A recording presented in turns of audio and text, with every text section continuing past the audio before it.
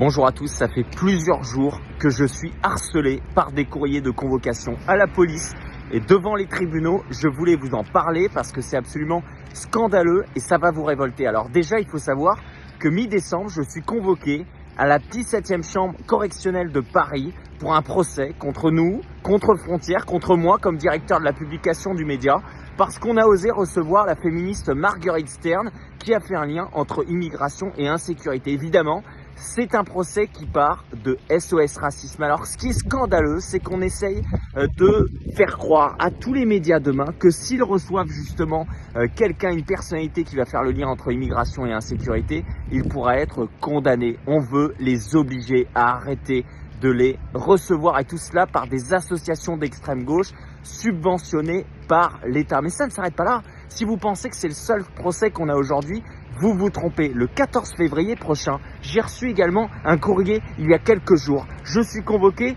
devant le tribunal de Marseille parce que des avocats d'émeutiers ont porté plainte contre moi et contre Frontières. Parce que vous savez, cet été, on a découvert et on a sorti cette enquête que lorsque des émeutiers allaient commettre justement leur fait de délinquance, eh bien, des numéros et des noms d'avocats circulaient en mode « vous pouvez tout à fait y aller, pas de problème, ces avocats-là vous aideront et vous libéreront ». Alors évidemment, c'était d'intérêt public et d'intérêt général. On a publié cette information, mais ça ne les déplaît pas et conséquence, je suis traité comme un délinquant. Mais ça ne s'arrête pas là à nouveau. Vous savez, j'en ai jamais parlé, mais en septembre dernier, j'ai eu un procès qui a été reporté de plusieurs mois, donc qui va se tenir d'ici quelques mois, par l'ECCIF, l'association dissoute pour islamisme par Gérald Darmanin, qui peut aujourd'hui poursuivre des procédures parce qu'elles sont récupérées, leurs plaintes sont récupérées par une association sœur qui s'appelle les musulmans de France. Mais il y a d'autres éléments. Vous savez, on a eu notre compte suspendu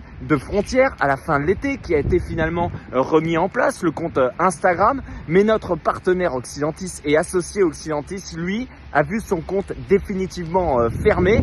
Et donc, le 3 décembre prochain, on sera devant le tribunal face au groupe Meta. Et vous savez à quel point c'est compliqué parce que ce sont justement des groupes internationaux, mais on veut mener la lutte parce que Rachida Dati, elle a botté en touche face à une question justement d'un député. Elle ne soutient pas la liberté de la presse. Nous, on va continuer à le faire. Mais à nouveau, il y a d'autres procédures, d'autres convocations qu'on reçoit en ce moment. Il y a une plainte qui a été déposée par le collectif Antifa de la Jeune Garde parce que effectivement, on avait fait une enquête qui montrait tout simplement qu'ils avaient agressé un jeune juif dans le métro parisien après un meeting de Rina Hassan. On a des plaintes d'élus municipaux qui font l'apologie du terrorisme et du Hamas. On a des plaintes également de cadres de l'UNEF et différentes choses de ce genre. Mais il n'y a pas seulement le harcèlement judiciaire qu'on peut subir aujourd'hui, également d'émeutiers dérangés par nos informations. Il y a aussi un harcèlement d'organismes financiers et ça, je n'en avais jamais parlé.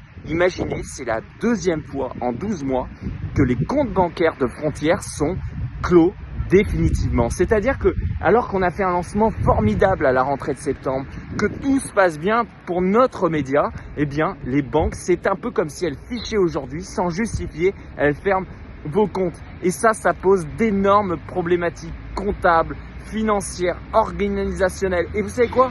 On est obligé de nous taire, on ne peut pas en parler parce que derrière, eh bien, il y a le risque de ne pas avoir d'autres banques qui vont nous accepter. Mais à un moment, je voulais en parler parce qu'il y en a ras-le-bol et parce qu'en fait, ça devient du harcèlement. Moi, en ce moment, ces derniers jours, 50%, parfois 100% de mon temps, il est consacré à traiter justement toutes ces procédures, toutes ces convocations judiciaires. Alors, surtout, c'est deux poids, deux mesures qui me scandalisent. Vous savez, il y a quelques mois, on a eu des menaces, on a été appelé par la gendarmerie, par les renseignements généraux, parce qu'il y avait des menaces de faire une Charlie dans nos bureaux. Moi, j'ai eu des mesures de sécurité personnelle mises en place. On a lancé des procédures judiciaires pour retrouver ces personnes qui avaient fait ces menaces et pour les arrêter. Il ne s'est rien passé. C'est toujours la même chose, toujours les mêmes aujourd'hui qui sont défendus. Alors aujourd'hui, nous, on va pas arrêter.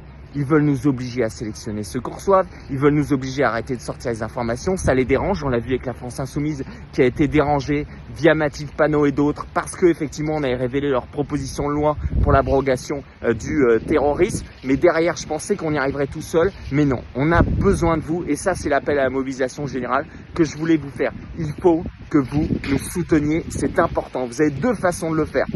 vous pouvez nous faire un don défiscalisé, c'est la fin d'année, sur www.frontiermedia.fr. Et en plus, ça vous évitera de donner vos impôts à ces associations d'extrême gauche qui se battent contre nous, mais vous nous donnerez les moyens, pas seulement d'aller les faire battre aux tribunaux, mais aussi de continuer nos enquêtes sur eux parce qu'on va redoubler d'efforts là-dessus. Et le deuxième point, j'en parle souvent, c'est de vous abonner parce que c'est pour ces informations qu'ils nous attaquent aujourd'hui. Et donc, c'est fondamental de s'abonner. On a fait des offres en ce moment parce qu'on sait que c'est compliqué à cause de l'inflation, c'est compliqué pour certaines personnes. Mais c'est fondamental, si vous regardez nos vidéos, si vous regardez cette vidéo, de le faire. Parce qu'ils sont beaucoup mieux organisés que nous. Ils veulent nous noyer sous la paperasse, nous noyer sur les procédures, nous faire perdre notre temps, nous démoraliser. Alors ça n'a pas marché ça, la démoralisation. Mais derrière, il faut que vous vous mobilisiez. Donc je compte sur vous. Allez sur www.frontiermedia.fr. Moi, je vais continuer mon travail sur le reportage, sur le terrain. Je vais partir à nouveau sur les routes migratoires en fin de semaine. Et je vais continuer ce travail également dans les tribunaux. Et ça, c'est fondamental. Merci à tous.